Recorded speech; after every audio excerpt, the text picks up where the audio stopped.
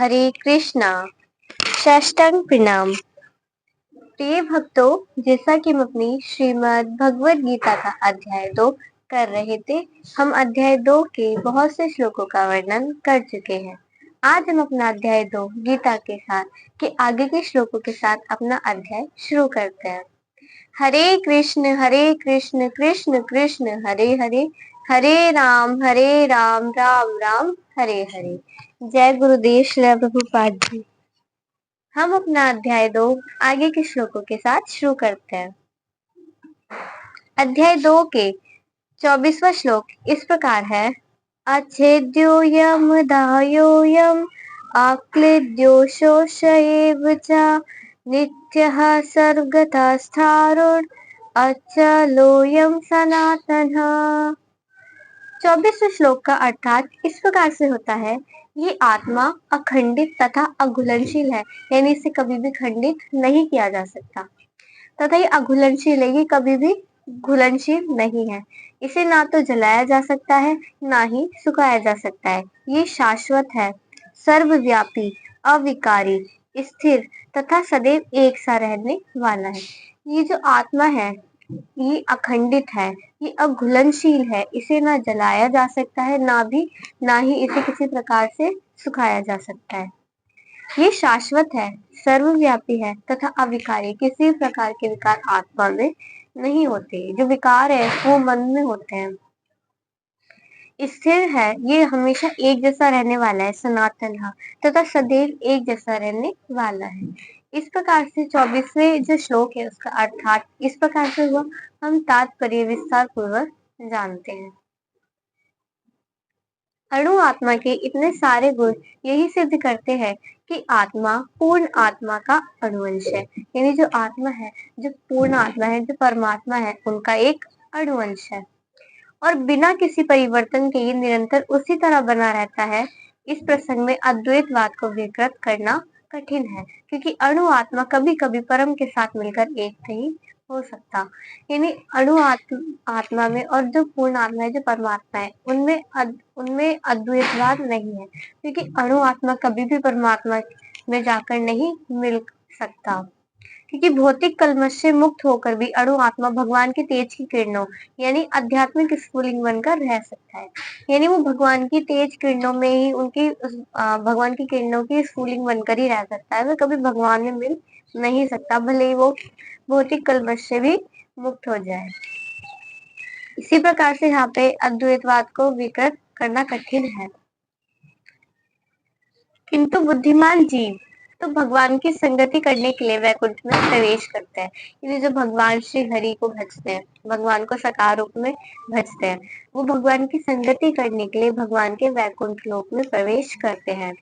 सर्वगत शब्द जो है वो महत्वपूर्ण है, क्योंकि इसमें कोई संशय नहीं है कि जीव भगवान की समग्र सृष्टि में फैले हुए हैं।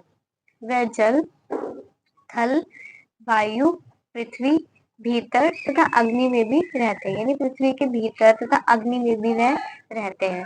जो ये मानते हैं कि वे अग्नि में स्वाहा हो जाते हैं, वह ठीक नहीं है, क्योंकि यहाँ कहा गया है कि आत्मा को अग्नि द्वारा भी जलाया नहीं जा सकता। अतः इसमें संदेह नहीं है कि सूर्य लोक में भी उपयुक्त प्राणी निवास करते हैं। यदि सूर्य लोक निर्जन हो तो सर्वगत शब्द निरर्थक होता है। इस प्रकार से हमारा श्लोक 24 यहीं से समाप्त हुआ। हम अपना आगे के श्लोक के साथ अपना अध्याय करते हैं। 25वां श्लोक इस प्रकार है। अव्यक्तोऽयं चिन्त्योऽयं अविकार्योऽयम् उच्यते तस्मादेवं विदित्वैवं नानुशोचितुमर्हसि। इस प्रकार से 25वां श्लोक हुआ। अर्थात इस प्रकार होता है।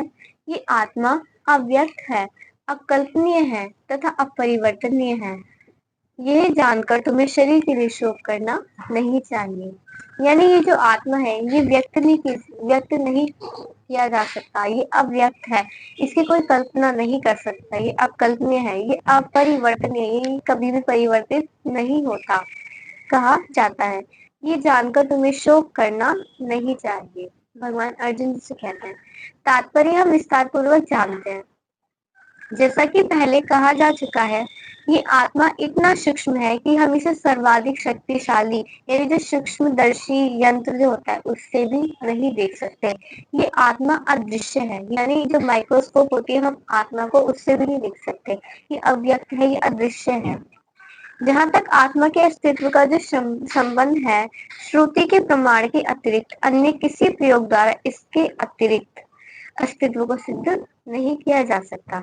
यानी आत्मा की जो जो अस्तित्व है वो श्रुति के प्रमाण के अलावा और इसके अस्तित्व को सिद्ध नहीं किया जा सकता।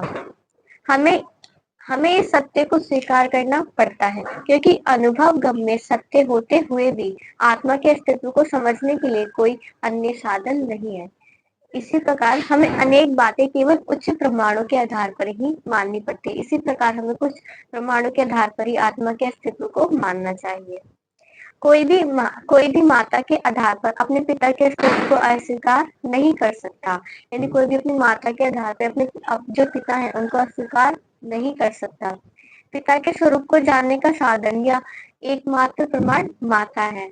इसी प्रकार वेदाध्ययन के अतिरिक्त आत्मा को समझने का कोई उपाय नहीं है। यानी वेदाध्ययन कर ही हम आत्मा के स्वभाव को समझ सकते हैं और हम इस सिद्धांत को नकार नहीं सकते।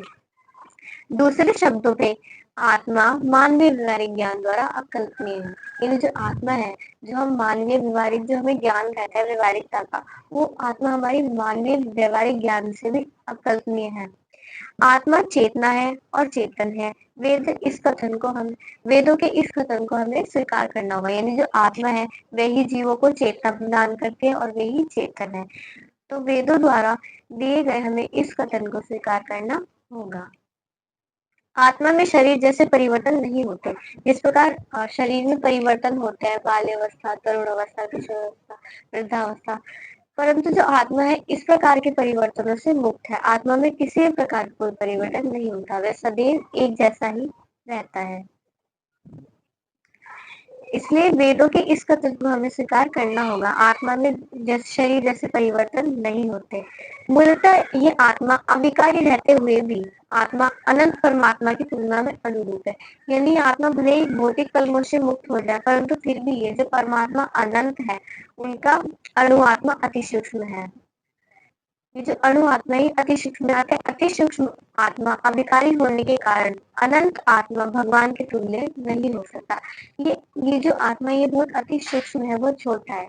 ये भले ही इसमें किसी प्रकार के कल्मश दोष ना हो, फिर भी ये परमात्मा जो अनंत है उनकी बराबर नहीं हो सकता। यही भाव वेदों में भिन्न भिन्न प्रकार से आत्मा के स्थायित्व की पुष्टि करने के लिए दोहराया गया है। इसी बात का दोहराना उस तथ्य को बिना किसी त्रुटि के समझने के लिए आवश्यक है।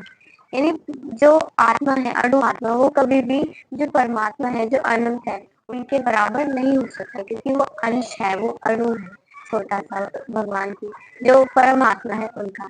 इस प्रकार से हमारा अध्ययन से समाप्त होता है। हरे कृष्णा, षष्ठं प्रणाम।